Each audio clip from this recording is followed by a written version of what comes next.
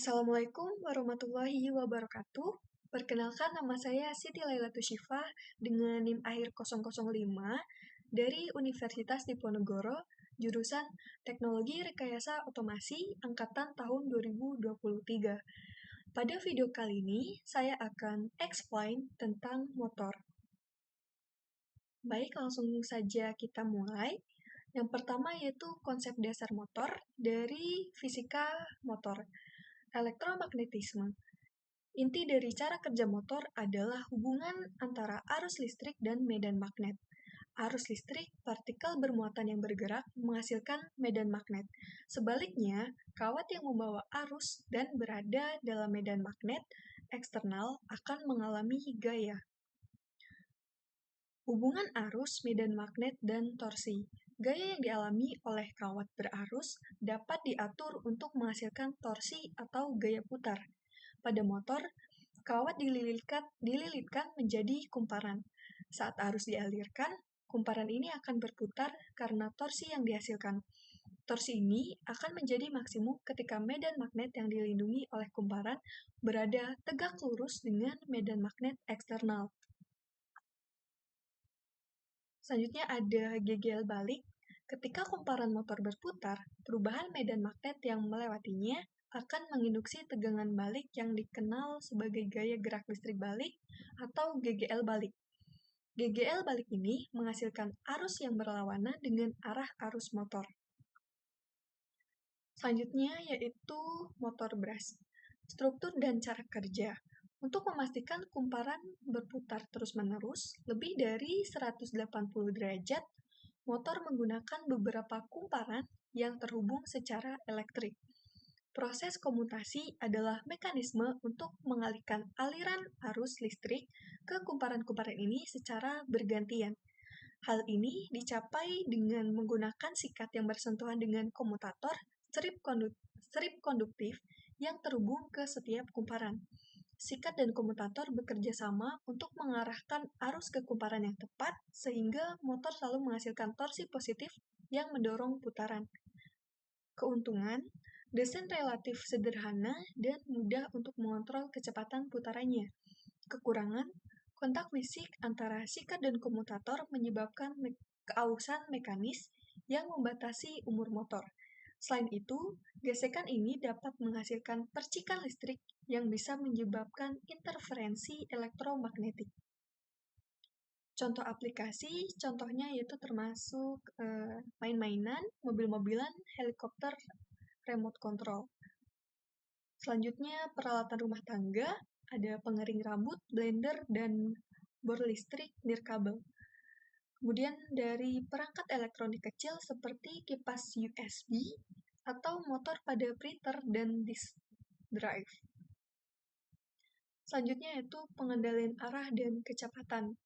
Berdasarkan grafik di samping, prinsip membalik polaritas untuk mengubah arah putaran. Torsi sebanding dengan arus, maka semakin besar arus yang mengalir ke lilitan motor. Semakin besar pula torsi yang dihasilkan. Tanda arus menentukan arah torsi. Jika arus bernilai positif, motor berputar dengan arah tertentu. Jika arus bernilai negatif, motor berputar ke arah sebaliknya. Titik lingkaran pada kuadran kiri bawah menunjukkan bahwa arus dibalik negatif, maka torsi yang menjadi negatif sehingga motor berputar berlawanan arah. Selanjutnya, kontrol kecepatan menggunakan PWM. Pulsa Width Modulation atau PWM adalah teknik modulasi sinyal digital dengan cara mengatur lebar pulsa atau yang disebut dengan duty cycle. Walaupun sinyal PWM hanya memiliki dua kondisi yaitu on dan off, nilai rata-rata tegangannya bisa diubah sesuai kebutuhan. Prinsip dasar PWM terletak pada dua parameter utama yaitu frekuensi dan duty cycle.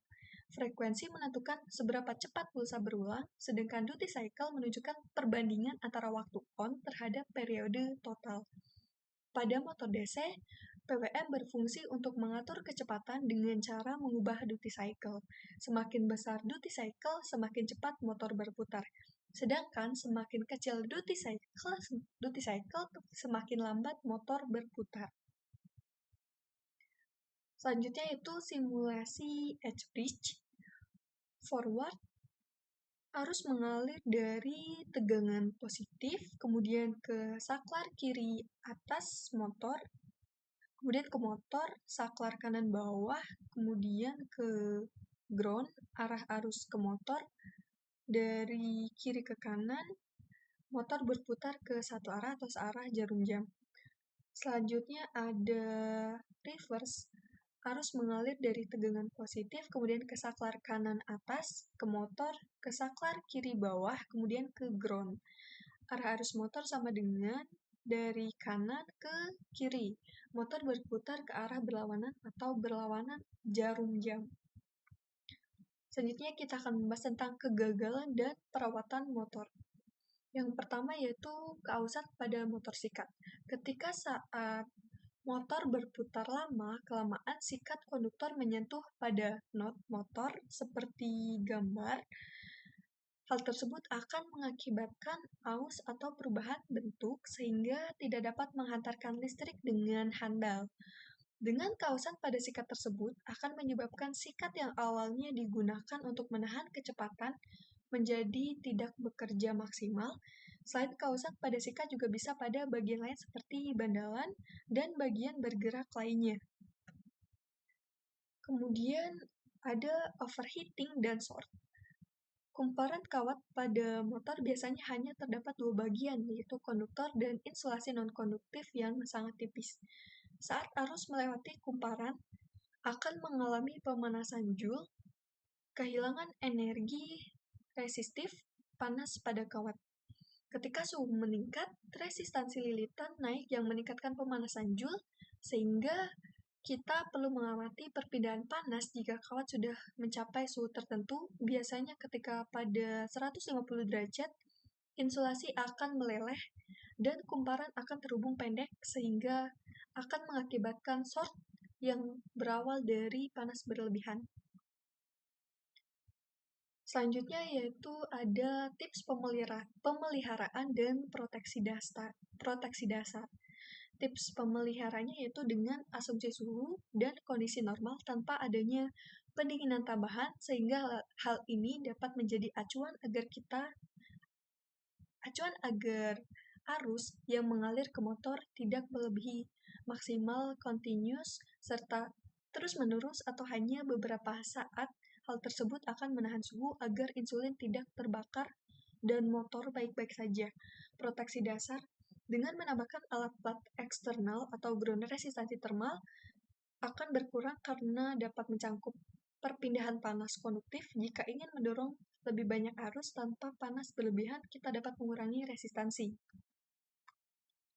Kemudian ada brushless motor dan komutasi. Yang pertama saya akan membahas tentang perbedaan brush dan brushless. Untuk aspek komutasi, brushless DC motor mekanis, dan kemudian brushless DC motor yaitu elektronik. Kemudian gesekan brush DC, ada gesekan dan aus pada sikat. Brushless hampir tidak ada gesekan. Efisiensi brush lebih rendah. Kemudian untuk brushless itu lebih tinggi karena minim rugi-rugi mekanis. Untuk perawatan, brush perlu diganti sikat setelah aus. Untuk brushless, hampir bebas perawatan. Torsi pada kecepatan rendah, brush baik, tapi ada ripple karena switching mekanis. Kemudian untuk brushless, sangat baik dengan kontrol tepat. Untuk aplikasi, brush itu mainan, kipas, peralatan sederhana, brushless, drone, EV, HDD, robotik, peralatan presisi. Cara brushless motor menghasilkan torsi. Rotor terdiri dari magnet permanen. Stator terdiri dari kumparan yang dialiri arus bergantian. Saat arus mengalir pada kumparan, terbentuk medan magnet stator. Medan magnet stator berinteraksi dengan magnet rotor, menghasilkan gaya tarik atau tolak. Dengan komutasi yang tepat, rotor berputar terus-menerus. Torsi dihasilkan dari gaya Lorentz, F sama dengan BIL, pada penghantar berarus di dalam medan magnet.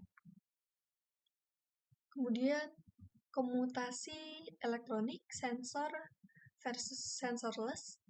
Yang pertama dengan sensor atau Hall sensor encoder menggunakan sensor posisi rotor untuk mendeteksi sudut. Driver mengaktifkan kumparan sesuai posisi rotor. Kelebihan, startup mudah, torsi stabil di kecepatan rendah, cocok untuk aplikasi presisi. Kekurangan lebih mahal, dan sensor bisa rusak. Kemudian untuk yang tanpa sensor atau sensorless, mengestimasi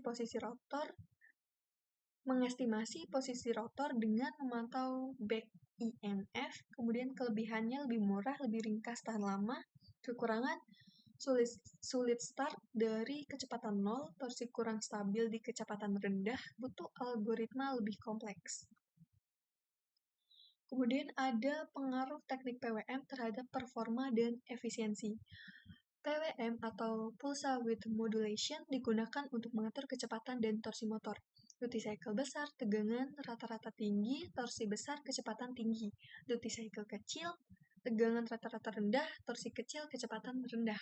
Dampak PWM, performa, kontrol kecepatan halus dan presisi, memungkinkan motor bekerja di berbagai kondisi beban, mengurangi ripple arus bila frekuensi PWM tinggi. Untuk efisiensi, PWM lebih efisien dibanding kontrol linear. Frekuensi terlalu rendah, motor bergetar dan bising. Frekuensi yang terlalu tinggi, rugi switching, MOSFET meningkat. Frekuensi optimal dari 8 sampai dengan 10 kHz, efisiensi, kebisingan, dan kehalusannya seimbang. Untuk kesimpulan, brushless lebih unggul daripada brush dari segi efisiensi, daya tahan, dan torsi. Komutasi elektronik dapat menggunakan sensor presisi atau sensorless yang lebih sederhana. Teknik PWM sangat mempengaruhi performa, efisiensi, dan keausan operasi BLDC.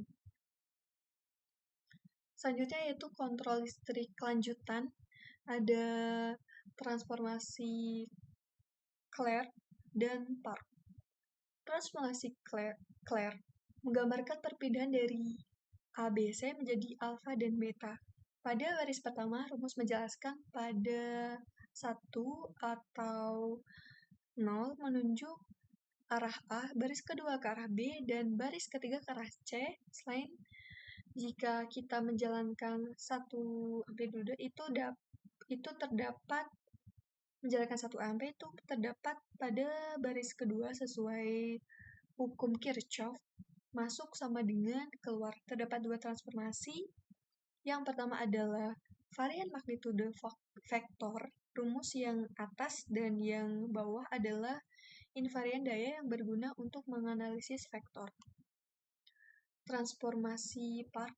Medan magnet yang dialirkan Q positif akan menghasilkan torsi berlawanan arah jarum jam, dan Q negatif akan menghasilkan torsi searah jarum jam. Yang di arah D positif berhubungan dengan penguatan medan magnet motor, dan yang ke D negatif melemahkan medan magnet motor. Selanjutnya, mengapa arus sinusoidal optimal? Jika kita mengubah dari kombinasi blok ke gelombang sinusoidal, kita dapat meminimalkan teriak, torsi, dan mengarahkan arus ke sumbu 0. Dengan gelombang yang sama seperti pada gelombang tegangan, maka tidak ada arus yang mencapai 0A, namun akan bertahan pada 100 sampai dengan 86,6% saja, sehingga itu lebih optimal dibandingkan dengan arus blok.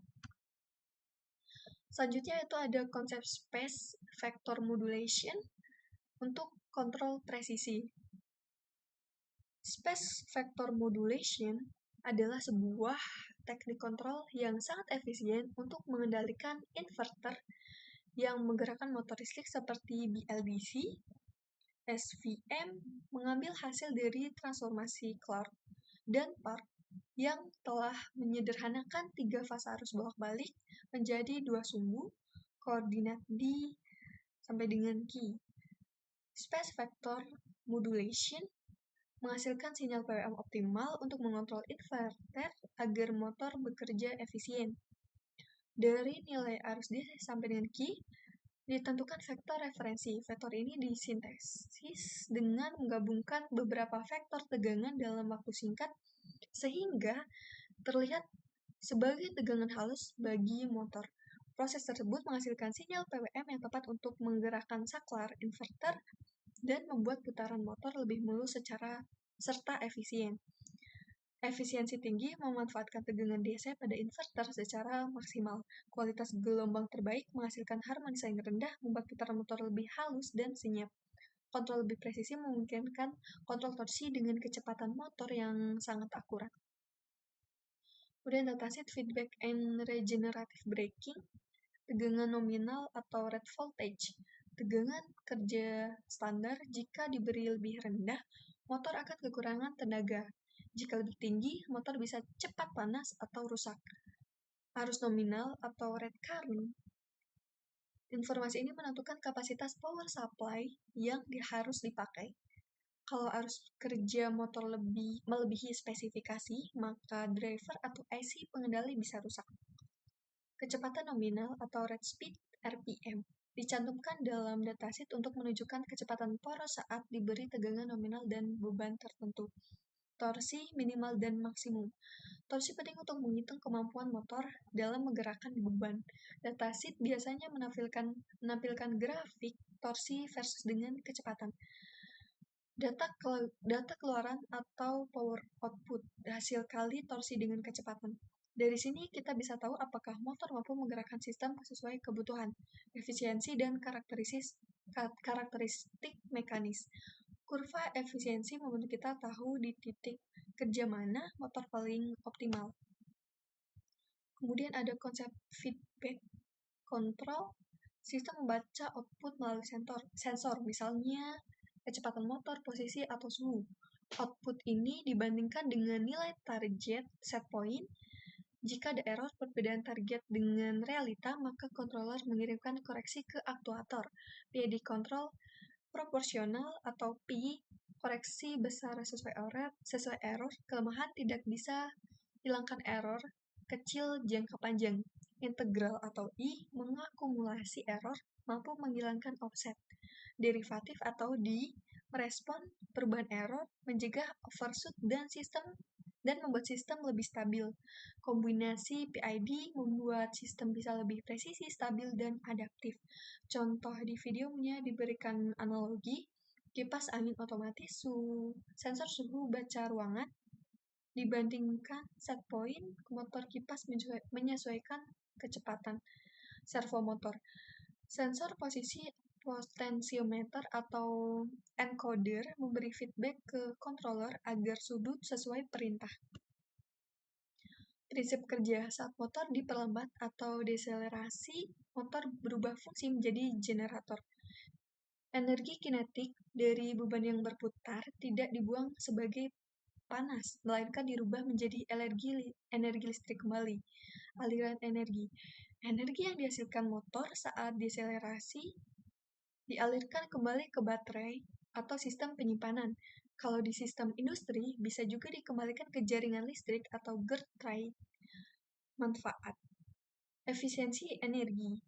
Energi yang tadinya terbuang bisa dipakai lagi. Mengurangi panas rem mekanik, umur rem lebih panjang. Ramah lingkungan, konsumsi energi eksternal berkurang. Aplikasi nyatanya yaitu kendaraan listrik dan hybrid, mobil, bus, dan kereta listrik. Kemudian di industri, lift, crane, conveyor, eskalator, di mana sering terjadi stop atau start. Baik, demikian materi explain tentang motor yang bisa saya sampaikan. Kurang lebihnya mohon maaf. Terima kasih. Wassalamualaikum warahmatullahi wabarakatuh.